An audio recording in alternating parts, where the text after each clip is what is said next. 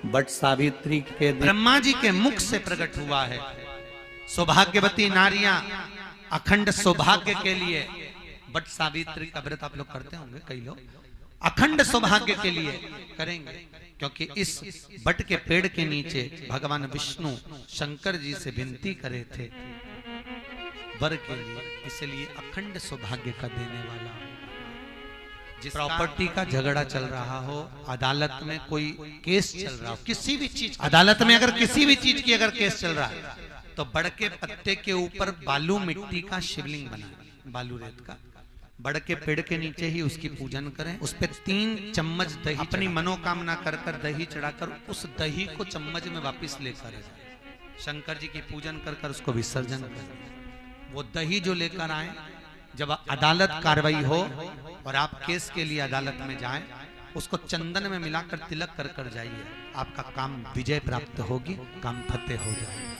बटकेश्वर महादेव का स्मरण करने से कार्य की सिद्धि। जिस बच्चे का एग्जाम में पास नहीं हो रहा हो, अच्छे नंबर नहीं आ रहे हो, वो भी इस दही का तिलक लगाकर जा सकते। ऐसे भगवान शिव विराजमान हैं। 16 श्रृंगार में नारी के हाथ की चूड़ी का कलर अलग हो सकता है, चूड़ी की डिजाइन अलग हो सकती है, चूड़ी अलग हो सकती है, चूड़ी महंगी सस्ती हो सकती है, मंगलसूत्र की कीमत ऊंची नीची हो सकती है, पांव की बिछुड़ी की कीमत ऊंची नीची हो सकती है, कान के कुंडल की कीमत ऊंची नीची हो सकती है। तुम्हारे शरीर पर जितने जितने 16 श्रृंगार हैं, उसकी कीमत ऊंची नीची हो सकती है। केवल मंगलसूत्र की डिजाइन बदल सकती है, नाक की लौंग की डिजाइन बदल सकती है, कान के बुंदे की डिजाइन बदल सकती है, हाथ की चूड़ी की डिजाइन बदल सकती है, पांव की पायल की डिजाइन बदल सकती है। केवल नारी के 16 श्रृंगार में एक श्रृंगार ऐसा है जिसकी कीमत जो पहले थी वही कीमत आज तक है और उसकी डिजाइन आज तक नहीं बदली। वो मांग का सिंदूर है, एक जैसी डिजाइन है और एक जैसी कीमत है। सारे श्रृंगार की कीमत अलग, पर मांग में जो सिंदूर डाला जाता है वो एक कीमत का होता है, एक डिजाइन का होता है और एक जैसा होता है, और वो सबसे भारी होता है। सावित्री यमराज से कह रही है मेरे पति को छोड़ दो। यमराज कह रहा है सावित्री तेरा पति मर चुका है, मांग के सिंदूर को पोंछ दे। सावित्री कहती है पूरा श्रृंगार उतार दूंगी, पर मांग का सिंदूर नहीं पूछने दूंगी। तब यमराज ने कहा जब तक तू मेरे मांग का, अपनी मांग का सिंदूर नहीं उतारती, तब तक तू मेरे पास नहीं आ सकती। भगवान यमराज से सावित्री ने कह दिया मैं भी तुझे वचन देती हूं यमराज, मेरी मांग में जब तक सिंदूर है, जैसे सीता ने लाइन, लक्ष्मण जी ने लाइन खींच दी थी और सीता पार नहीं जा सकती थी, मैं भी तुझे वचन देती हूं जब तक नारी की मांग में सिंदूर है तब तक तू उसके पति को उसके सामने लेकर नहीं जा सकता। यह भी मैं तुझे कह। यमराज भैंसे पर सवार होकर सत्यवान को लेकर जा रहा था, सावित्री से वचन पर वचन चल रहे थे।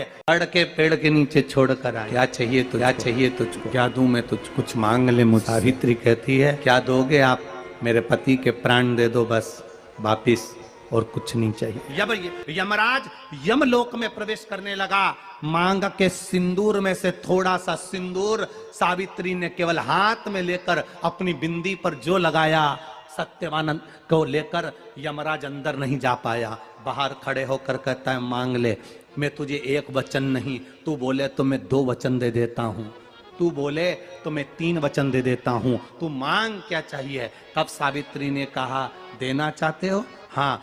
अब यमराज को लगा कि लालच में पड़ गई सावित्री, तब कहा पहला वचन दीजिए मेरे अंधे सास ससुर के नेत्र वापिस आ जाएं। यमराज ने कहा तथास्तु। दूसरा वचन दीजिए मेरे सास अपने पोता पोती का मुख देखें। यमराज ने कह दिया तथास्तु। यमराज जाने लगे, फिर आग जलने लगी, कहने लगे अब मैं अंदर क्यों नहीं जा पा रहा हूं। सावित्री कहती है तुमने वर दिया है मेरे सास ससुर पोता पोती का मुख देखें, उनके बेटे को तुम ले जाओगे तो पोता पोती कहां से होगा, छोड़ कर जाओ। सावित्री है, पति को वापिस लेकर। कर्जा मुक्ति के लिए सारे वृक्षों में अगर कोई श्रेष्ठ वृक्ष माना गया है तो वो बट का वृक्ष माना गया महाराज। इसलिए प्रशासनिक कार्य के लिए, मानसिक टेंशन में, परेशानियों में, बटकेश्वर महादेव का स्मरण किया जाए। और यदि निवेदन करूंगा, बहुत ज्यादा यदि आपको कर्जा हो गया है, बहुत ज्यादा कर्जा हो गया और वो कर्जा चूक ही नहीं रहा, तो थोड़े दिन बड़ के पेड़ के नीचे आप बटकेश्वर महादेव के लिए 1 लोटा पानी, उसमें थोड़ा सा पिसा हुआ चावल पीस के गला लेना चावल को और पीस लेना, पीस के उस पानी में मिला लेना और मिलाकर उसमें थोड़ी सी हल्दी पिसी हुई डालकर बटकेश्वर महादेव के नाम से बड़ के पेड़ के नीचे अपनी कामना कर जो कर्जा हुआ है उस कर्जे का भान देते हुए, स्मरण देते हुए छोड़। महाराज 2 या 3 सोमवार एक ही जगह पर करना।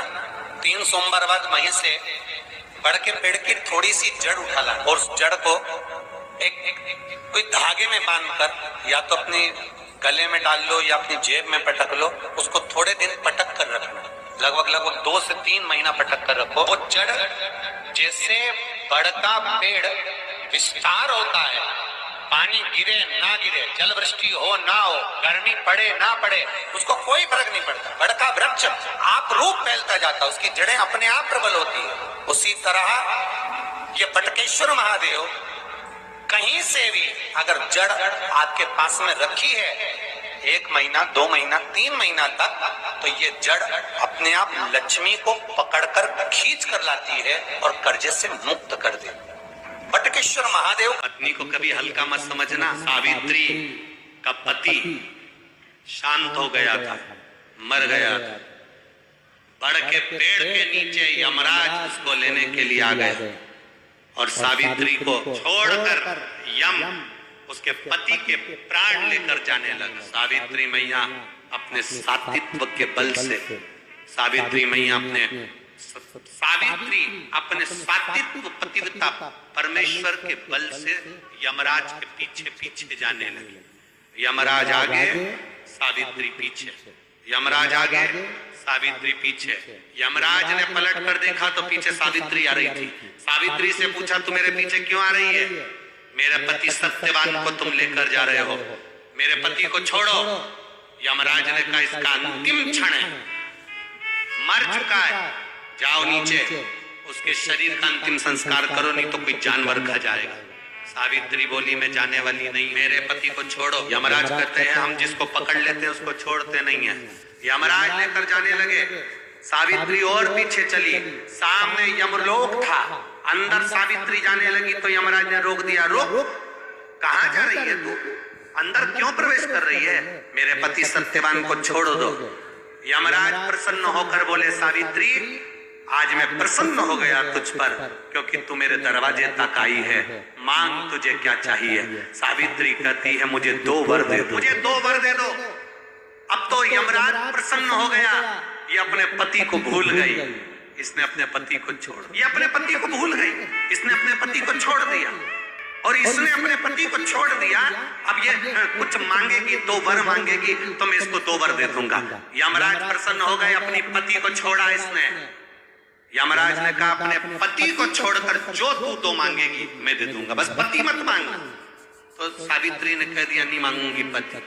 ठीक है, मांगो।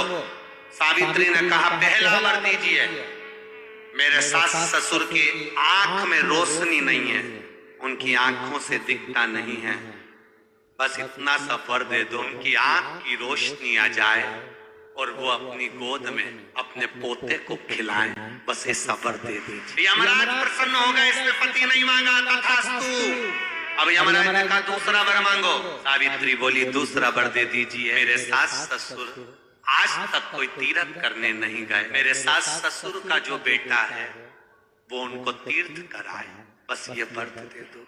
यमराज ने कहा, इसने अपने पति को नहीं मांगा, तथास्तु। अब यमराज ने कहा, जा सावित्री के कहां जाऊं?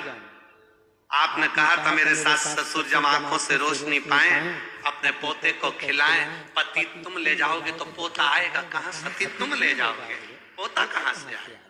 और यदि मेरे सास ससुर के बेटे उसको तीर्थ कराए तो मेरा पति अगर तुम ले जाओगे तो उनका बेटा ही तो है, तीर्थ कराएगा कौन? यमराज प्रसन्न हो गया, उसने उस सत्यवान को वापिस लौटा दिया। वो सत्यवान सावित्री। तो जितने भी यहाँ पर मेरे जीजा उन बैठे हैं, और जितने आस्था चैनल पर कथा सुन रहे हैं, जितने मोबाइल पर कथा सुन रहे हैं, तुम अपनी पत्नी को कभी हल्के में मत लेना, फुल हल्के में मत लेना। तुमसे ज्यादा बल व्रत का, उपास का, भजन का ज्यादा बल, तुमसे ज्यादा बल इनके पास रहता है। तुम सोचो कि बोल रहे हो कि मैं मंदिर में हूं, उसको बिना घंटी के घंटी बजती है, तुरंत पहचान। अपने पति को धर्म पत्नी अच्छे से जानती है कि ये झूठ बोल रहा है, ये गलत बोल रहा है, तो भी वो उसको स्वीकार करती है। उसी तरह परमात्मा को मालूम है कि ये झूठ बोल रहा है, उसके बाद भी वो स्वीकार कर कर यहाँ तक बुला रहा है, ये उसको मालूम है। श्री शिवाय नमस्तुभ्यम, श्री शिवाय नमस्तुभ्यम, हर हर महादेव। यह उपाय वट सावित्री के दिन आप लोग जरूर करें। करने मात्र से होगी आपकी अखंड सौभाग्य की प्राप्ति एवं कर्जा मुक्ति। यह उपाय है। श्री शिवाय नमस्तुभ्यम, हर हर महादेव।